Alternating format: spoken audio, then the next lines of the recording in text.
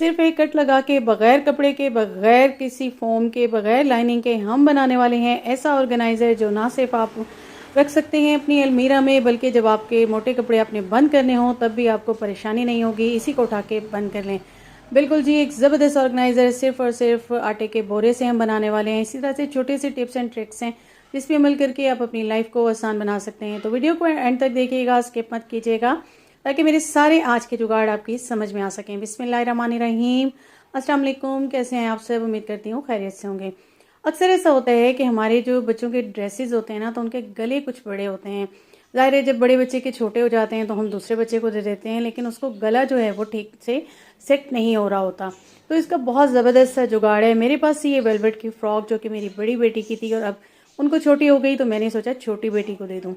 अब इसका गला बड़ा था और ये स्क्वायर शेप में है, तो सबसे पहले तो मैंने क्या करना है, दोनों को निशान लगा देना है कि मैंने कहाँ से कहाँ तक इसको बंद कर लेना है। अब मैं सुई में धागा डाल के मैंने एक मोती ले लिया और इसको इस तरह से टाँक दूँगी। अब मैं इसको जब मैंने लगाया तो नीचे से धागा ला के मैं इसको दूसरी तरफ से एक बड़ा धागा ले लूँगी और फिर मैं एक और मोती डाल दूँगी। इसी तरह से मैं बड़े बड़े टाँके लेती जाऊँगी और एक टाँके से दूसरे टाँके को बंद करते हुए मैं यहाँ पे सेंटर में मोती लगाती जाऊँगी और एंड तक मैं इसी तरीके से सेम वे में कर लूँगी। ठीक है जी, इसको मैं एंड में ला के बिल्कुल बंद कर लूँगी। कुछ इस तरह से ये मेरा बन जाएगा। अब मैं क्या करूँगी कि मैं इसको जो है ना धागे को खींचती जाऊँगी और इसका गला जो है वो धागे को खींचने से एक खूबसूरत सा स्टाइल बन जाएगा। गला थोड़ा सा छोटा हो जाएगा। अभी भी ये मुझे लग रहा था कि बड़ा है, तो मैंने सोचा इसको एक और लुक दिया जाए। अब मैं क्या करूँगी, क्रॉसिंग में ना इन मोतियों के ऊपर से एक क्रॉस लेते हुए दूसरे इस तरीके से, जिस तरह के आप देख रहे हैं वीडियो में, सेम वे में आपने भी इस तरह से धागे ले लेने हैं। एक से दूसरे की तरफ क्रॉस करते हुए हम इसे जिग-जैग सा लेते आएंगे और इसको जब हम इस तरह से खींचेंगे ना तो ये सारा इकट्ठा हो जाएगा और ये खूबसूरत सा एक ऊपर नीचे इस तरह से जिग-जैग डिज़ाइन बन जाएगा। इसको मैं एंड तक ले आऊँगी और उसके बाद मैं इसको इस तरीके से खींच लूँगी और जब मैं पूरे धागे को खींच लूँगी ना तो आप देखेंगे कि यहाँ पे एक तो गला बिल्कुल छोटा हो जाएगा जितना मुझे चाहिए था, और दूसरा ये इस तरीके से ज़बरदस्त सा एक स्टाइल सा बन जाएगा। अब मैं धागे को बैक की तरफ से ले लूँगी और यहाँ पे इसको पक्का करके बंद कर दूँगी। बिल्कुल जितना मुझे चाहिए था, तकरीबन जो है ना, ये जब इसको अगर आप माप करें ना तो ये 1.5 इंच का सेंटर से बन जाएगा। अब ये देखिए इसकी लुक कुछ इस तरीके से आ गई है।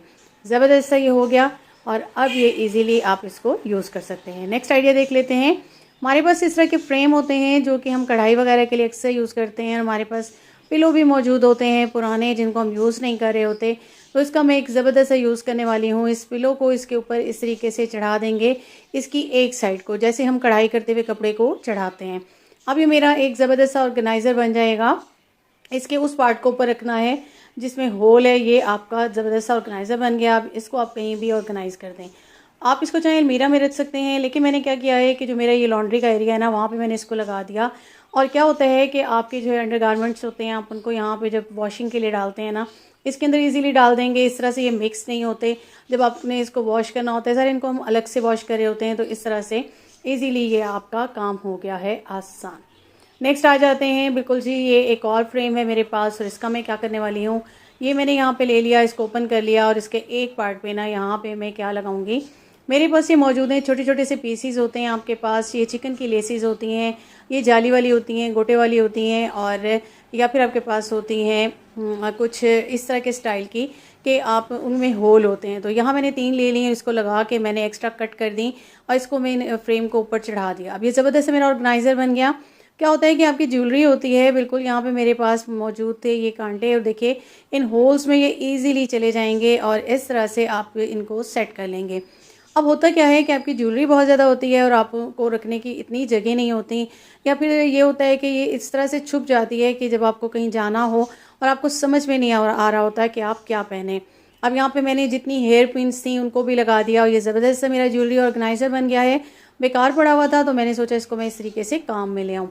अब मैंने इसको बिल्कुल यहाँ पे लटका दिया है अपनी इस ड्रेसिंग के पास, और यहाँ पे मेरे पहले भी ऑर्गेनाइज़र आप देख रहे हैं काफ़ी सारे यहाँ पे मौजूद हैं, तो यहाँ पे मैं इसको भी लगा दूँगी। और क्या होता है कि जब हमने कहीं आना जाना हो ना, तो फिर हमें ज्वेलरी चॉइस करने में थोड़ा सा प्रॉब्लम हो रहा होता है। तो यहाँ पे मेरा दूसरा ज्वेलरी का ऑर्गेनाइज़र भी है, और अब जब हमें कहीं जाना होगा तो ईज़िली हम यहाँ से अपनी ज्वेलरी को सिलेक्ट करेंगे, पहनेंगे और ईज़िली फंक्शन में चले जाएंगे, हमें प्रॉब्लम नहीं होगी। तो यहाँ पे आप देख रहे होंगे ये दोनों वॉल्स मेरी जो है सारे मेरी जितने भी मैं चीज़ें बनाती हूँ उनसे डेकोरेट है। नेक्स्ट आ जाते हैं, तो आपके पास इस तरह की ना ये बच्चों की गेम्स होती हैं, तो इसकी बॉल टूट गई थी, तो मैंने क्या किया कि चेपी को कट कर लिया और उसका जो चिपकने वाला पार्ट होता है उसको मैंने ये छोटी सी बॉल एक पड़ी हुई थी उस पर लगा दिया ग्लूगन की मदद से। ये मेरी गेम दोबारा से रेडी हो गई। नेक्स्ट आ जाते हैं, तो बिल्कुल जी आपके पास होते हैं इस तरह से आटे के बोरे। मैंने इनको ले लिया, 2 बोरे हैं मेरे पास और साथ ही मेरे पास हैं 2 ज़िपें। ज़िपों की मैंने पैमाइश कर ली है। यहाँ पे मेरे पास जितनी ज़िप है उसी साइज़ से मैं इनकी कटिंग करूँगी। 30 इंच की मेरे पास ये दोनों ज़िप मौजूद थी। तो अब मैंने ना मेरे पास जो बोरे हैं ना, तो इनकी जब मैंने मेजरमेंट ले ली है ना, तो ये दोनों बोरे इक्वल साइज़ के थे। ये मतलब मेरे पास एक आ रहा था, अगर मैं इसको इस तरीके से लेंथ में ले लूँ ना, तो ये मेरे पास आ रहा था 38 इंच का और मुझे यहाँ पे 30 इंच चाहिए। तो पहले तो मैं इसके नीचे वाले पार्ट को कट कर लूँगी एक्स्ट्रा को, और इसी तरह से मैं 30 इंच का लेके ऊपर से भी ये थोड़ा सा जाहिर सी बात से ख़राब सा होता है, निकल रहा होता है, तो इसको भी मैं कट कर लूँगी। तो यहाँ मेरे पास ज़िप के अकॉर्डिंग 30 इंच का आ जाएगा। अब मैंने क्या करना है, ये 30 इंच का मेरे पास यहाँ पे मौजूद है और अब मैंने ना इसको एक साइड से ओपन कर लेना है। जब मैं इसे एक साइड से ओपन करूँगी ना, तो ये मेरे पास लंबाई के रुख में आ जाएगा। यानी लेंथ जो मुझे लेनी है वो मुझे लेनी है तकरीबन 46 इंच। तो यहाँ पे मेरे पास यहाँ आ जाएगी 46 इंच और 30 इंच जो है ये मेरे पास विड्थ आ गई है।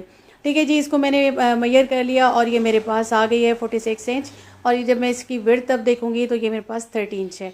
ठीक है, अब इसका जो लिखा हुआ पार्ट है ना उसको अंदर कर देंगे। अब ये चाहें तो आप हैंडल के लिए इन साइड वाले पार्ट को यूज़ कर सकते हैं। यहाँ पे ज़िप मैं यहाँ पे लगाऊंगी और ये देखिए इस तरीके से ज़िप लगेगी एक पार्ट पे और ये दूसरे वाले पार्ट को यहाँ पे लाके मैंने ज़िप को लगा लेना है। अच्छा, उससे पहले मैं क्या करूँगी कि मैं इसको थोड़ा सा मोड़ के ना इस तरीके से जो सीधा पार्ट था ना उसी को मैंने अंदर करना है और उल्टा जो प्लेन पार्ट है उसको बाहर करना है। अब पहले तो मैं इसे ना चारों तरफ से इस तरह से स्टिच कर लूँगी।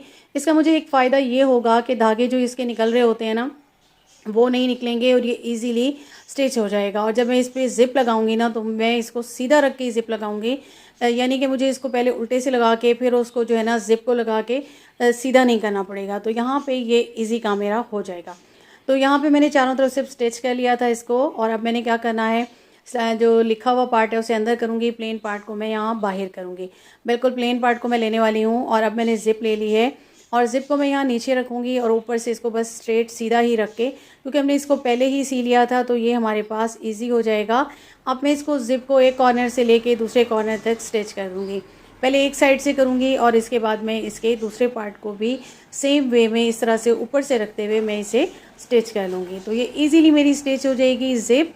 और ज़िप सीने का ये सबसे बेहतरीन तरीका होता है, क्योंकि अगर आप थोड़ा सा या तो अंदर मोड़ते जाएँ कपड़े को और इसको इस तरीके से ज़िप को सीधा रख के स्टिच कर लें तो बहुत आसानी हो जाती है, फिर आपको दोबारा से इसको सीधा नहीं करना पड़ता।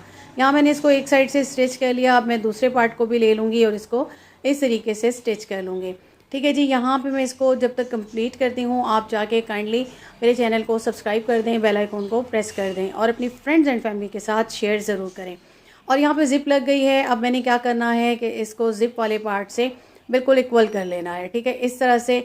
और अब मैंने क्या करना है कि ऊपर जहाँ हमने ज़िप लगाई है ना वहाँ से मैं 6 इंच का मार्जिन लेके निशान लगाती जाऊँगी एंड तक लंबाई के रुख में। बिल्कुल ये सारा का सारा मेरा निशान हो जाएगा।